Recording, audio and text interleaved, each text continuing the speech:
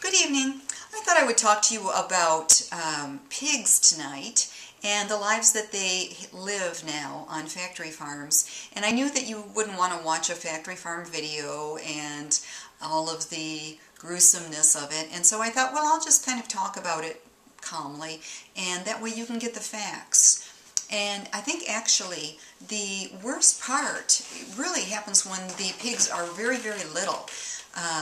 They start out and they're in with their moms, but the moms are like lying on their sides, and if the moms stand up, the little enclosure is just big enough for their bodies, and so they can either do that or they can lie down.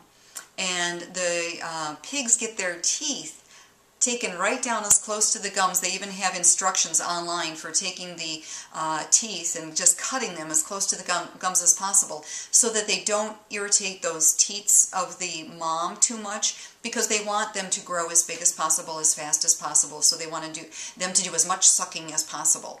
So their teeth right away are just cut.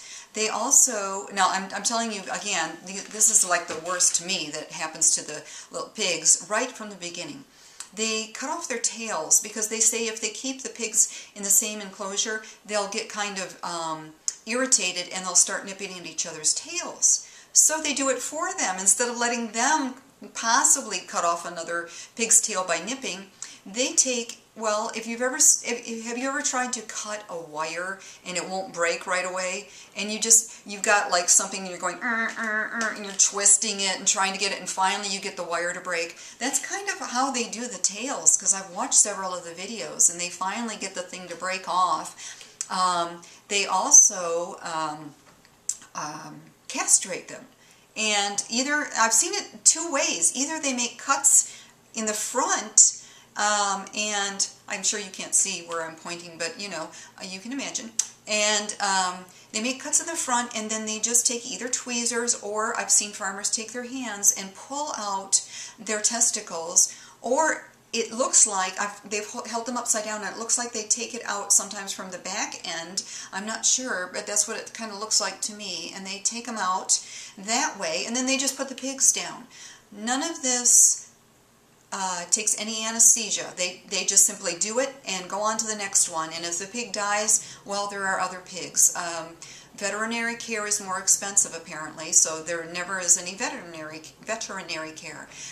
They also, of course, notch their ears for identification, and I'm assuming it's identification of the farm, and because they don't care, you know, telling their pigs apart. As far as I know, maybe they're in whichever one belongs to a mother. I don't know why they notch their ears, but they do, and it makes them look really silly besides.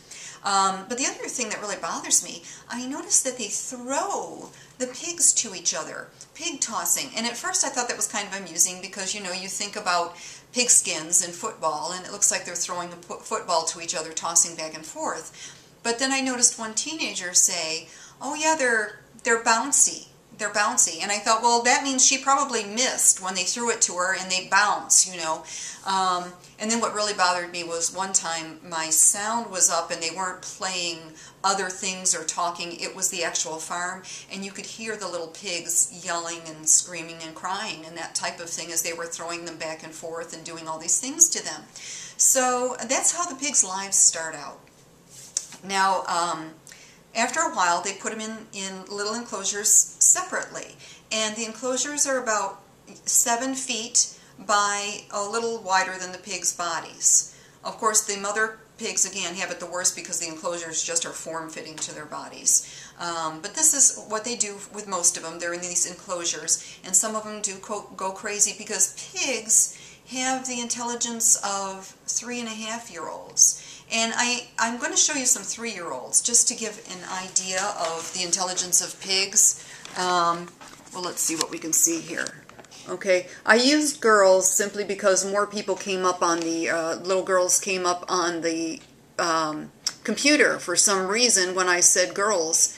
And so these are little 3.5-year-olds. And I'm going to say, and this is so mean of me to say this, that perhaps this is inappropriate, but if these little kids were in line to be slaughtered and they saw other little girls ahead of them being slaughtered, don't you think they would be just so frightened, and they would have a pretty good idea what's going on, and that they might be next?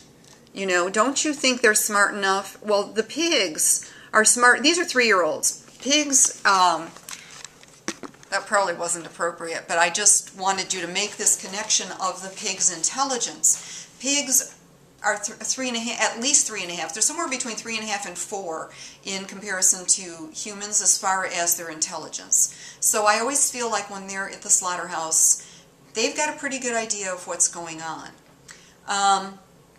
If pigs are about ready to die and they don't feel like the pig will make good meat, they will sometimes shoot the pig with a bolt gun. I've seen this several times. And they shoot it with the bolt gun. Instead of the pig dying, it has seizures for a while.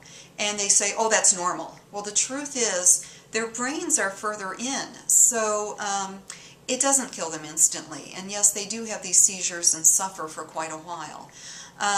Fix this video. I went below so I wouldn't get too close. But anyway, when they do go to the slaughterhouse, then eventually, after they've spent their lives in these little enclosures, they go down, they go into the slaughterhouse, and they usually have these, they look like big salad tongs, and it's supposed to numb them. It's supposed to make them unconscious for a little while. But a lot of times, again, it's not effective on their brains. It just doesn't seem to work very well. And they push them on to the next level, where they take them maybe by the back leg and will hang them upside down, and then somebody will slit their throats, and they're supposed to bleed out. But they only have a little ways to go and before they are put into the dunking tank, which is boiling water, because they want the skin to be soft and the fur to come off, the hair to come off very easily. You know, pigs have a little bit of hair, and they want it to come off easily. And there are workers who will testify that yes, a lot of the pigs go in still alive. You know, the stunning is supposed to make them unconscious. The throat cutting is supposed to kill them, even though their heart would keep beating for a while, but it's just not enough time. So that's basically the life of a pig on a factory farm. You know, I've just kind of whizzed right through it, but it does give you an idea of how awful it really, really is. So any way that you can skip that bacon, and honestly, just recently, I've really gotten to the point where I would not even want to eat bacon. It's taken a long time. I guess I've been vegan now for, I don't know if it's 2 years or 3 years. I'm really bad at thinking back short periods of time. You know, I can remember back when I was a baby, basically. But, you know, a short period of time I have trouble. I don't know why. But it was either 2 years or 3 years. I think more like 2. And just recently, that bacon is the idea of all that grease and all that fat and kind of that animal smell, and I don't know why anybody would want to eat it. It's actually gotten to that point. So it can get to that point for you where you just don't even want it. I know it would take maybe a little while, but if you think about those pigs, you know, we don't need to be doing that to them. We can't just keep ignoring this. Well, thank you for watching.